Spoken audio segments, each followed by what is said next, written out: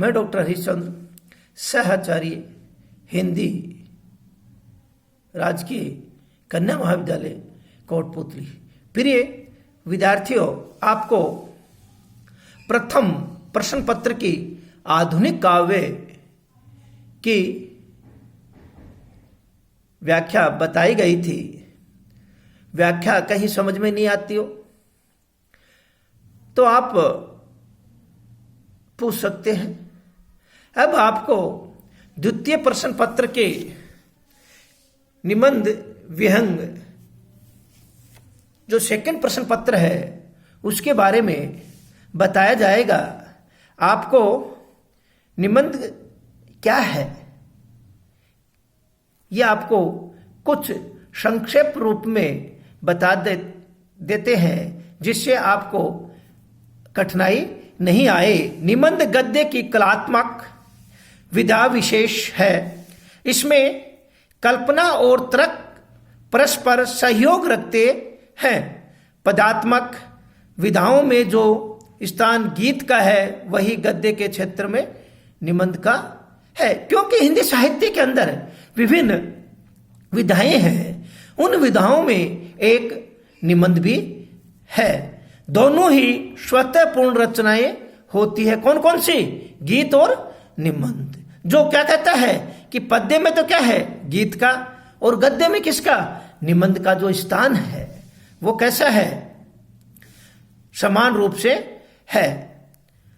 लघु आकार दोनों में ही अपेक्षित है, परंतु गद्यात्मक होने से निबंध का आकार कुछ बढ़ भी जाता है। क्यों? गद्य का क्या है कि गद्य को थोड़ा विस्तार से भी क्या कर दिया जाता है? बढ़ा दिया जाता है, जिसके कारण क्या है कि वो आकार में कुछ बढ़ जाता है। सीमित आकार में आंतरिक आवेश के उग्र तूफान को बांधना गीतकार का कार्य है तथा वस्तु के समस्त बोधपरक तथा कल्पना से स्फीत रूपों को सीमित शब्दों में स्पष्टता और सजीवता से अभिव्यक्त करना निबंधकार का कर्म है। क्या कहता है? शब्दों को स्पष्ट रूप से सजीवता से क्या किया जाता है? अभिव्यक्त करना निबंधकार की क्या है? एक विशेषता है। उसका क्या है? क्रम है, कार्य है। दोनों ही व्यक्तिवादी युग की उपज है।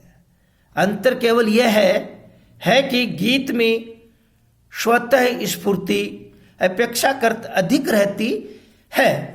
इन तत्वों को ध्यान में रखकर निबंध की परिभाषा इस प्रकार कर सकते हैं। देखिए, निबंध की जो परिभाषा है वो क्या है? निबंध वह गद्य रचना है जिसमें सीमित आकार के भीतर किसी विषय का वर्णन या प्रतिपादन, विशेष निजीपन, स्वतः पूर्णता, स्वच्छता, सौष्ठव, सजीवता, आवश्यक संगति और समयबद्धता के साथ किया गया हो। तो देखिए क्या कहता है कि उस आकार के भीतर किसी भी विषय का वर्णन या प्रतिपादन करना हो तो उसमें क्या है?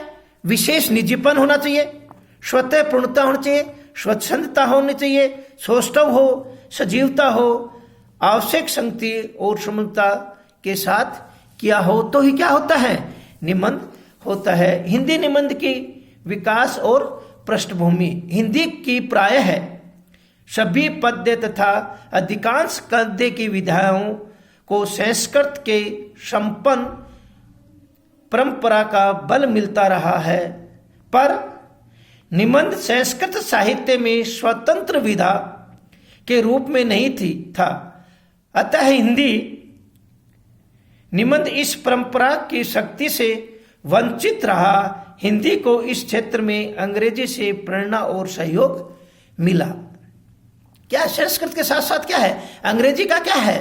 पूर्ण उसको क्या है? सहयोग मिला है। और साथ में यदि परिस्थितियों को देखें तो देश में सामंतशाही का गढ़ अपने ही संघर्षों और जर्जर और डगमग था, उस पर आश्रित और पोषित राजशाही को गहरा धक्का लगा।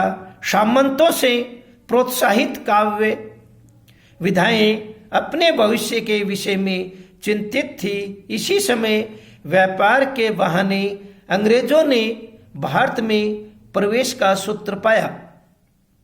धीरे धीरे सत्ता को केंद्र लाहौर, दिल्ली, आगरा न रहे, बंबई, कलकत्ता,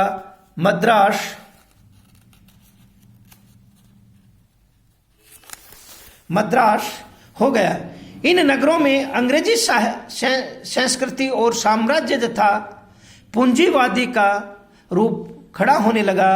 आर्थिक शोषण का सूत्रपात हुआ। देखिए, जब क्या होगा कि कोई साम्राज्य खड़ा होगा और अंग्रेजी संस्कृति का साम्राज्य और पूंजीवाद रूप से खड़ा होगा, तो वहां पर क्या होगा, आर्थिक जो शोषण है वो क्या होगा, महत्वपूर्ण होगा। अपना क्या होगा, स्थान होगा, और उसका क्या है, आर्थिक शोषण का सूत्रपात होगा। अंग्रेज राज सुख साज सजो अति भारी, पे धन विदेश चले जात यह अति खवारी। ये भारतेंदु का है। अंग्रेज भारत को अपना घर बनाने की सोचता भी नहीं था।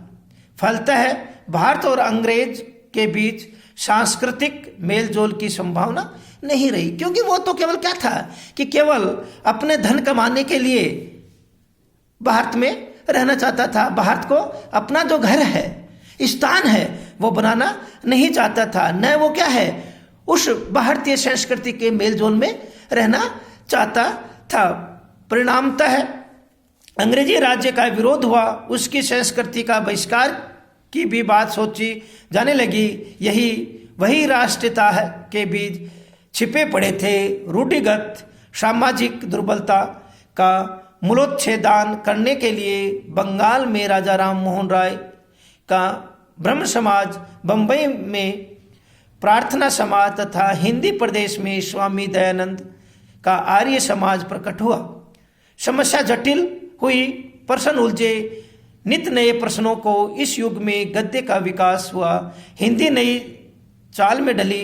भारतेंदु जनता तक पहुंचने के लिए साहित्यिक ने प्रेस और रंगमंच का हाथ पकड़ा। क्यों कि व्यक्ति को क्या है, संघर्ष करना हो, व्यक्ति को जनता तक पहुंचना हो, तो किसी न किसी को क्या किया जाएगा, माध्यम बनाया जाएगा।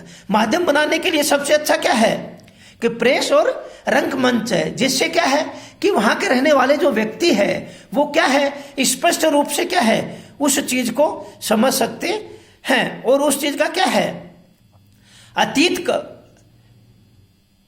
को मूर्त और भव्य रूप में वितरित किया जा सकता है। प्रेस ने सामयिक प्रश्नों को, पतन के कारणों को कभी व्यंग्य से तो कभी विनोद से, कभी तर्क से प्रकट किया है। प्रेस का यह कार्य मुख्यतः निबंध से संपन्न हुआ है। क्यों कि प्रेस और रंगमंच नहीं हो तो क्या है कि व्यक्ति अपना जो तर्क है, अपना जो विनोद है, अपना जो व्यंग है, वो क्या नहीं कर सकता, प्रकट नहीं कर सकता।